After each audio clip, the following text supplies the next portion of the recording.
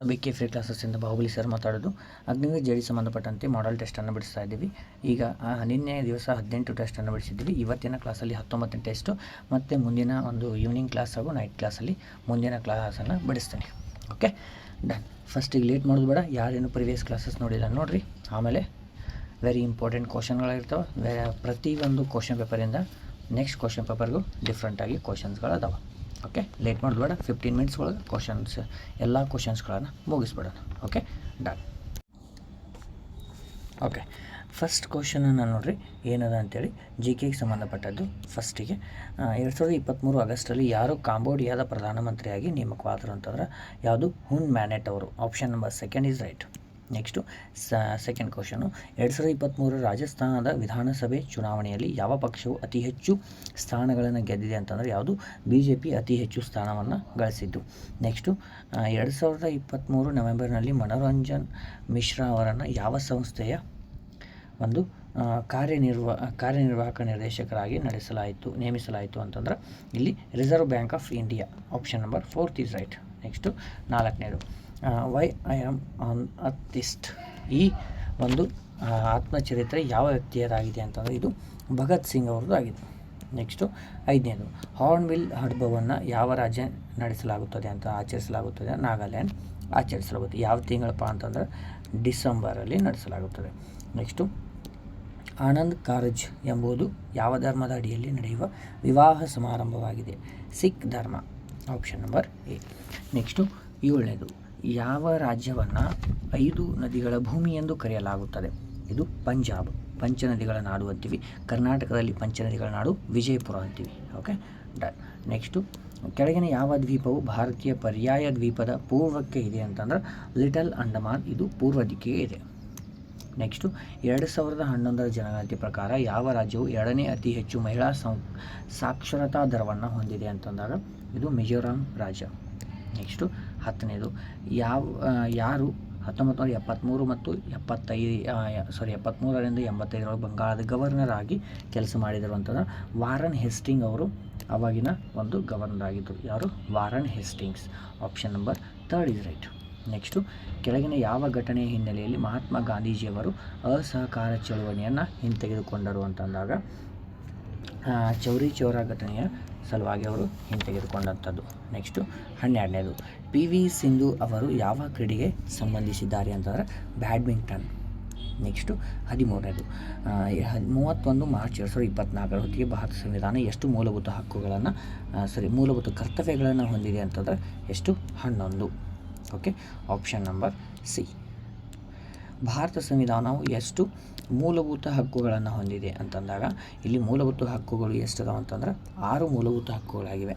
Next 15ನೇ question, Bharat ಸೇನೆಯ central ಕಮಾಂಡ್ನ ಪ್ರಧಾನ ಕಚೇರಿ ಕೆಳಗಿನ ಯಾವ ನಗರದಲ್ಲಿದೆ ಅಂತಂದ್ರೆ ಲಖನೌ ನಗರದಲ್ಲಿದೆ. ಓಕೆ, ಇದು GKಗೆ ಸಂಬಂಧಪಟ್ಟಂತಹ 15 ಕ್ವಶನ್ಗಳಾದರೆ ನೆಕ್ಸ್ಟು ಸೈನ್ಸ್ಗೆ ಸಂಬಂಧಪಟ್ಟದ್ದು 1ನೇ ಕ್ವಶನ್ನು. ವಸ್ತುವೊಂದು ಸಮಾನ ಸಮಯದ ಅಂತರದಲ್ಲಿ ಸಮಾನ ದೂರವನ್ನು ಕ್ರಮಿಸುತ್ತದೆ. ಇದು ಯಾವುದಕ್ಕೆ ಉದಾಹರಣೆ ಅಂತಂದರೆ ಏಕರೂಪ ಚಲನೆಗೆ ಉದಾಹರಣೆ, ಅಂದರೆ ಯೂನಿಫಾರ್ಮ್ ಮೋಷನ್ ಅಂತೀವಿ. ಡನ್. ನೆಕ್ಸ್ಟು 17ನೇದು, ವಿದ್ಯುತ್ ಬಲ್ಬ್ನಲ್ಲಿ ಫಿಲಾಮೆಂಟ್ ಏನನ್ನು ಹೊಂದಿರುತ್ತದೆ ಅಂತಂದರೆ ಇದು ಹೆಚ್ಚಿನ ಕರಗುವ ಬಿಂದುವನ್ನು ಹೊಂದಿರುವಂಥದ್ದು. ನೆಕ್ಸ್ಟು 18, ಒಂದು ರೈಲು ಮತ್ತು ಒಂದು ಕಾರು ಒಂದೇ ವೇಗದಲ್ಲಿ ಚಲಿಸುತ್ತಿವೆ. ಇವುಗಳು ಯಾವ ಸಾರಿಗೆ ವಾಹನಗಳನ್ನು ನಿಲ್ಲಿಸಲು ಹೆಚ್ಚಿನ ಬಲ ಅವಶ್ಯಕವಿದೆ ಅಂತಂದ್ರೆ ರೈಲನ್ನು ನಿಲ್ಲಿಸಲು ಜಾಸ್ತಿ ನಮಗೆ ಏನು ಬೇಕಾಗುತ್ತೆ? ಬಲ ಬೇಕಾಗುತ್ತೆ.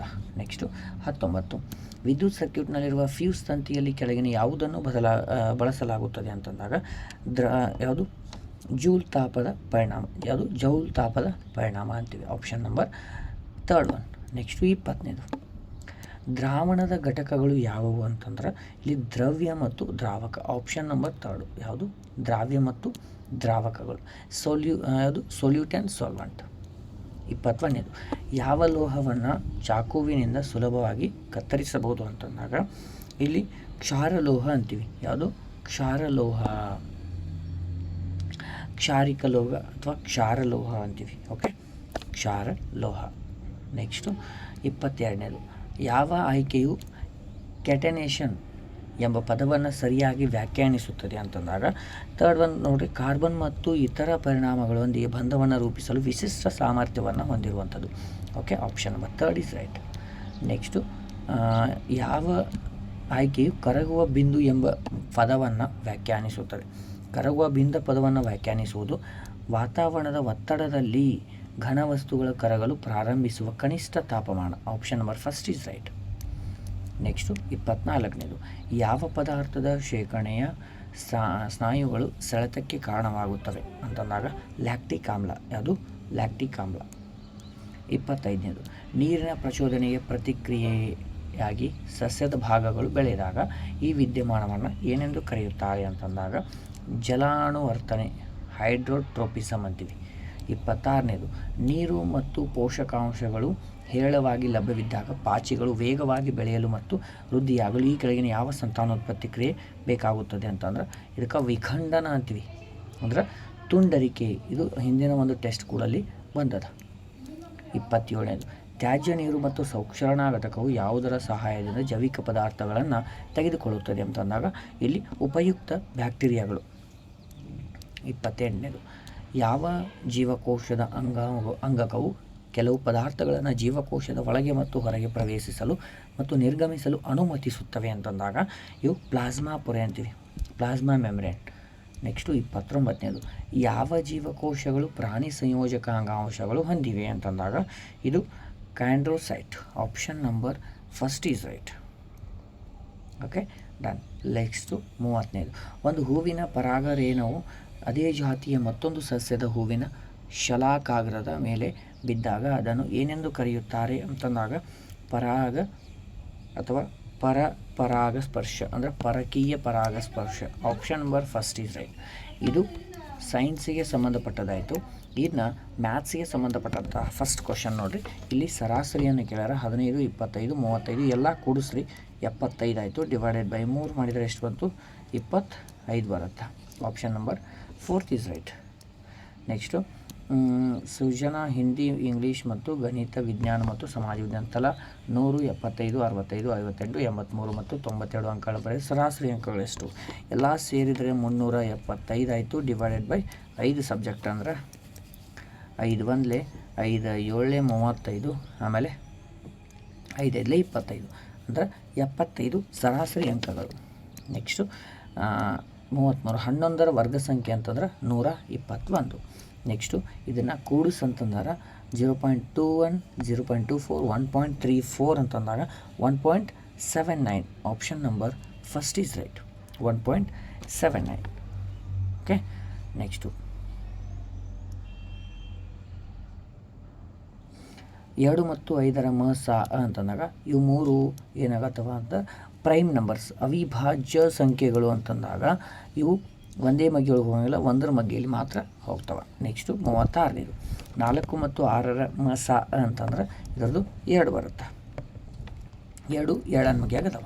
ನೆಕ್ಸ್ಟು 1525 ಎಂಬ ಸಂಖ್ಯೆಯು ಯಾವುದರಿಂದ ಭಾಗವಾಗುತ್ತದೆ ಅಂತಂದ್ರೆ ಕೊನೆಯಲ್ಲಿ 5 ಇದ್ದ ಕಾರಣ ಇದು 5ರಿಂದ ಪೂರ್ಣವಾಗಿ ಭಾಗ ಹೋಗುವಂಥದ್ದು. Option number second is right. Next 40 ಮತ್ತು 60ರ ಅನುಪಾತ ಈ 0 ಈ 0 2 3ರಲ್ಲಿ 2 4ರಲ್ಲಿ 4 ಅನುಪಾತ ಸಾರಿ ಎಲ್ಲಿ ಹೋತಪ್ಪ, ಎಷ್ಟರಲ್ಲಿ ಹೊಡಿತೀರಿ? 2ರಲ್ಲಿ ಹೊಡೆದ್ರೆ ಸಾರಿ, ಇಲ್ಲೇ ನಾನು ಮಿಸ್ಟೇಕ್ ಮಾಡಿ 2 2ರಲ್ಲಿ 4 2 3ರಲ್ಲಿ 6 ಅಂದರೆ 2:3. 39 2 ಸಂಖ್ಯೆಗಳು 9 ಅನುಪಾತ 2 ಅನುಪಾತ. ಸಣ್ಣ ಸಂಖ್ಯೆಯು 160 ಆದರೆ ದೊಡ್ಡ ಸಂಖ್ಯೆ ಎಷ್ಟು? 9:2. ಚಿಕ್ಕ ಸಂಖ್ಯೆ ಅಂತಂದ್ರೆ 160. 2 ಅಂದ್ರೆ 160 ಅಂದ್ರೆ ಮಲ್ಟಿಫಿಕೇಶನ್ ಆಫ್ 80. ನೆಕ್ಸ್ಟ್ ಇದಕ್ಕೂ ನಾನು 80 ಮಾಡಬೇಕು. 8 9 ಎಷ್ಟು? 72 ಅಂದ್ರೆ 720. Option number 4 is right. Next ಒಬ್ಬ ವ್ಯಕ್ತಿಯು ಗಂಟೆಗೆ 45 ಕಿಲೋಮೀಟರ್ ವೇಗದಲ್ಲಿ ಚಲಿಸುತ್ತಾನೆ. ಈ ವ್ಯಕ್ತಿಯು 1,80,000 ಮೀಟರ್ ದೂರವನ್ನು ಕ್ರಮಿಸಲು ತೆಗೆದುಕೊಳ್ಳುವ ಸಮಯ. ಇದು ಕಿಲೋಮೀಟರ್ ಒಳಗದ, ಇದು ಮೀಟರ್ ಒಳಗದ ಅಂತಂದ್ರೆ ಇದನ್ನು ನಾನು ಏನು ಮಾಡ್ತೀನಿ? ಕಿಲೋಮೀಟರ್ಗೆ ಮಾಡ್ತೀನಿ. ಅಂದರೆ ಎಷ್ಟಾಯಿತು? 180 ಕಿಲೋಮೀಟರ್. ಹೌದಾ? 180 ಕಿಲೋಮೀಟರ್. ಈಗ ನಾನು ಮಾಡ್ತೀನಿ ಏನು? 180 ಸಮಯಕ್ಕೆ time equal to distance divided by speed ಅಂದರೆ 45. ಅಂದರೆ ಎಷ್ಟೈತಿ? ಇದು ಒಂದರಲ್ಲೇ ಇದು 4ರಲ್ಲೇ ಅಂದರೆ 4 ಅವರ್ಸ್ 4 ಗಂಟೆಗಳನ್ನು ತೆಗೆದುಕೊಳ್ಳುವಂಥದ್ದು. ನೆಕ್ಸ್ಟು 41ನೇದು ತ್ರಿಭುಜದ 3 ಬಾಹುಗಳು 3:2:4 ಈ ರೀತಿ ಇದ್ರೆ ಇವುಗಳ ಸುತ್ತಳತೆ ಎಷ್ಟದಪ್ಪ ಅಂತಂದ್ರೆ 27 ಅದ. ಹಂಗಾದ್ರೆ ತ್ರಿಕೋನದ ಉದ್ದ ಬಾಹುವಿನ ಉದ್ದ ಎಷ್ಟು ಅಂತಂದಾಗ 4 ಅಂದರೆ ಎಷ್ಟು ಅಂತಂದಾಗ ಓಕೆ.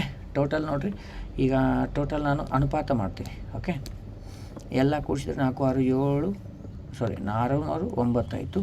9 ಅಂತಂದರೆ ಎಷ್ಟು ಅದ ರೀ 27 ಅದ. ಅಂದರೆ ಎಷ್ಟು ಇಂಟು ಮಾಡ್ಯಾರ 3 ಇಂಟು ಮಾಡ್ಯಾರ. ಈಗ ನಂಗೆ ದೊಡ್ಡ ಉದ್ದ ಅಂತಂದ್ರೆ ಇದದ ಅಂದ್ರೆ 4 ಮೂಲೆ ಎಷ್ಟು 12. ಆಪ್ಷನ್ ನಂಬರ್ ಎಲ್ಲದ ರೀ ಲಾಸ್ಟ್ ಈಸ್ ಕರೆಕ್ಟ್. ಸಿಂಪಲ್ ಇರ್ತದೆ. 42ನೇ ಕ್ವಶನ್ ನೋಡಿರಿ, 2 ಸರಣಿ ಸ್ವಾಭಾವಿಕ ಸಂಖ್ಯೆಗಳನ್ನು ಕೂಡಿಸಿದಾಗ ಮೊತ್ತವು 61 ಆಗುತ್ತದೆ. ಹಾಗಾದರೆ ಆ ಸಂಖ್ಯೆ ಯಾವುದು ಅಂತಂದಾಗ ಸರಣಿ ಸ್ವಾಭಾವಿಕ ಸಂಖ್ಯೆಗಳಂದ್ರೆ ಒಂದನೇ ಸಂಖ್ಯೆ ಎಕ್ಸ್ ಆದರೆ ನೆಕ್ಸ್ಟ್ ಸಂಖ್ಯೆ x+1. ಇದ್ರ ಮೊತ್ತ ಎಷ್ಟು ಅಂದ್ರೆ 61. 2x ಕೂಡಿಸಿದ್ರೆ 2x ಈಕ್ವಲ್ ಟು ಇದು 61 ಅದ. ಇದು ಈ ಕಡೆ ಹೋದ್ರೆ ಮೈನಸ್ ಆಗುತ್ತೆ ಹೌದಾ. 61 - 1 ಅಂದ್ರೆ 60 ಆಯಿತು. ನೆಕ್ಸ್ಟು ಎಕ್ಸ್ ಈಕ್ವಲ್ ಟು ಇದು 2 ಈ ಕಡೆ ಹೋದ್ರೆ 30. 2 1 2 30 ಅಂದ್ರೆ ಎಕ್ಸ್ ಈಕ್ವಲ್ ಟು 30. ಹಾಗಾದರೆ ದೊಡ್ಡ ಸಂಖ್ಯೆ ಯಾವುದು ಅಂತಂದ್ರೆ ಈಗ ದೊಡ್ಡ ಸಂಖ್ಯೆ ಅಂದರೆ ನಮಗೆ ಅದು 30 ಬಂತಲ್ಲ. ದೊಡ್ಡ ಸಂಖ್ಯೆ ಅಂದರೆ x+1 ಅದ. ಒಂದು ಎಕ್ಸ್ ಆತಂದ್ರೆ ಇನ್ನೊಂದು x+1 ಅಂದ್ರೆ 30 + 1 ಅಂದ್ರೆ 31. ಚಿಕ್ಕ ಸಂಖ್ಯೆ ನೋಡಿರಿ ಸರಿ ಸೀರಿಯಲ್ ನಂಬರ್ಸ್ ಅಂದ್ರೆ ಒಂದು 30 ಆತಂದ್ರೆ ಇನ್ನೊಂದು 31. ದೊಡ್ಡ ಸಂಖ್ಯೆ ಯಾವುದು 31. ನೆಕ್ಸ್ಟ್ 43ನೇದು ಇಲ್ಲಿ 3 ಕೋನಗಳ ಮೊತ್ತ ಕೊಟ್ಟಾರ, ಹಾಗೆ ಎಕ್ಸ್ ಮೊತ್ತ ಕೇಳ್ಯಾರ. ಇಲ್ಲಿ 3x ಇದಾವಲ್ಲ 3x = 180 ಹೌದಾ. ನೆಕ್ಸ್ಟು x = 180/3 ಅಂದ್ರೆ 3 1 3 6 18 1 0 ಅಂದ್ರೆ 3 ಕೋನಗಳ ಮೊತ್ತ 60 ಡಿಗ್ರಿ. ಒಂದೊಂದು ಕೋನ 60 ಡಿಗ್ರಿ ಇರ್ತವೆ. 44ನೇದು 1/5% ಒಳಗೆ ಎಷ್ಟು ಅಂತಂದ್ರೆ ಇದಕ್ಕೆ ನಾನು ಇಂಟು 100 ಮಾಡ್ತೀನಿ. 5 1 5 2 10 0 ಅಂದ್ರೆ 20% is the final answer. Option number 3 is right. Next 45ನೇದು ಒಂದು ಟ್ಯಾಂಕ್ನಲ್ಲಿ ಪ್ರಾರಂಭದಲ್ಲಿ 400 ಲೀಟರ್ ನೀರು ಇತ್ತು. ಟ್ಯಾಂಕನ್ನು ಸಂಪೂರ್ಣವಾಗಿ ತುಂಬಿಸಲು ಇನ್ನೂ 100 ಲೀಟರ್ ನೀರು ಬೇಕಾಗುತ್ತದೆ. ಪ್ರಾರಂಭದಲ್ಲಿ ಟ್ಯಾಂಕಿನಲ್ಲಿದ್ದ ಎಷ್ಟು ಭಾಗ ಇತ್ತು ಅಂತಂದಾಗ ನೋಡಿರಿ, ಪ್ರಾರಂಭದಲ್ಲಿ ಈಗ ಟೋಟಲ್ 500, ಇನ್ನೂ 100 ಬೇಕಾಗಿತ್ತು ಅಂದ್ರೆ ಅದಕ್ಕೆ 400 ಇದ್ದಕ್ಕೆ ಅದಕ್ಕೆ ಪರ್ಸೆಂಟೇಜ್ ಅಂದರೆ ಇಂಟು 100 ಮಾಡ್ತೀವಿ. ಈ 0 ಈಗ 5 1 5 8 40 1 0 ಅಂದರೆ 80% ಇಸ್ ಫಸ್ಟಿಗೆ ಅವರು ತುಂಬಿತ್ತು. ನೆಕ್ಸ್ಟು 46 ರೀಸನಿಂಗ್ ಸಂಬಂಧಪಟ್ಟದ್ದು ಏನಪ್ಪ ಅಂತಂದ್ರೆ ವಾಯ್ ಎಷ್ಟು ಅದಾವ ಅಂತ ಕೇಳ್ಯಾರ. ಇಲ್ಲಿ 1 ಅದ, ನೆಕ್ಸ್ಟು 2 ಅದ ಹೌದಾ. 2 ವಾಯ್ಗಳದ. Option number 3 is right. 47ನೇದು ಏನದ ನೋಡಿ, ಮೇಲಿನಿಂದ 15ನೇ ಸ್ಥಾನ ಕೆಳಗಿನಿಂದ 15ನೇ ಸ್ಥಾನ ಒಟ್ಟು ಕೂಡಿಸಿದ ಮೇಲೆ ಎಷ್ಟಾಯಿತು 30. ಆದರೆ 2 ಸಲ ಕೌಂಟ್ ಮಾಡಿರ್ತೀವಿ, -1 ಮಾಡಿದರೆ 29. Option number 2 is right. 48 ಇಲ್ಲಿ ಸರಣಿ ಅದ. ಇಲ್ಲಿ ಏನಾಗೈತಪ್ಪ ಅಂತೇಳಿ ಫಸ್ಟಿಗೆ ನೋಡಿದ್ರೆ +4 ಮಾಡ್ಕೊತೀವಿ. ಈದಿಂದ ಆಯ್ ಆಗೈತೆ ಅಂದ್ರೆ ಇಲ್ಲಿ +4 ಮಾಡ್ಯಾರ. ಎಮ್ಮಿಂದ ಕ್ಯೂ ಆಗೈತಿ, ಇಲ್ಲಿ +4 ಇಲ್ಲಿ +4. ನೆಕ್ಸ್ಟ್ ಇವು ಆದಮೇಲೆ +4 ಮಾಡಿದ್ರೆ ಇವು ಆದಮೇಲೆ VWXY ಹೌದಾ. ಅಂದರೆ ನೆಕ್ಸ್ಟ್ ಬರುವಂಥದ್ದು ಯಾವುದು Y. Option number 4 is right. Next 49ನೇ ನೋಡಿರಿ, ಇದು ಕೂಡ ಒಂದು ಸೀರೀಸ್ ಅದ. ಓಕೆ, ಸೀರೀಸ್ ಇದ ಕಾರಣ ಇಲ್ಲಿ ಏನು ಮಾಡ್ಯಾರ, ಒಂದಕ್ಕೊಂದು ಸಂಬಂಧ +3 ಅದ. ಇಲ್ಲಿ ಕೂಡ +3, ಎಲ್ಲದಕ್ಕೂ +3 ಆದಮೇಲೆ ಇಲ್ಲಿ ಕೂಡ V ಆದಮೇಲೆ +3 ಮಾಡಿದ್ರೆ V ಆದಮೇಲೆ VWXY. ಇಲ್ಲಿ ಕೂಡ ಆಪ್ಷನ್ ಯಾವ್ದು ಬರುತ್ತೆ Y. Answer number 4. ಇದು 50 ಕ್ವಶನ್ ಸ್ವಲ್ಪ ಮಿಸ್ಟೇಕ್ ಆಗಿದೆ, ಇರಲಿ. ಸೊ ಟೋಟಲ್ ಆಗಿ ನಿಮಗಿದು ಟೆಸ್ಟ್ ನಂಬರ್ 19. ಓಕೆ, ಇದು ಕಂಪ್ಲೀಟಾಗಿ 19ನೇ ಟೆಸ್ಟ್ ಆಗಿತ್ತು. ನೆಕ್ಸ್ಟ್ ನಿಮ್ಮ ಕ್ಲಾಸಲ್ಲಿ ಏನು ಮಾಡ್ತೀನಿ, ಆದಷ್ಟು ಬೇಗ ನೆಕ್ಸ್ಟ್ ಕ್ಲಾಸಲ್ಲಿ ನಾನು 20ನೇ ಟೆಸ್ಟನ್ನು ತರ್ತೀನಿ. ಓಕೆ, ಅಲ್ಲಿವರೆಗೂ ಪ್ರೀವಿಯಸ್ ಕ್ಲಾಸಸ್ ಯಾರು ನೋಡಿಲ್ಲ ನೋಡಿರಿ. ಮತ್ತೆ ಮುಂದಿನ ಕ್ಲಾಸಲ್ಲಿ ಭೇಟಿ ಆಗ್ತೀನಿ. ಜೈ ಹಿಂದ್.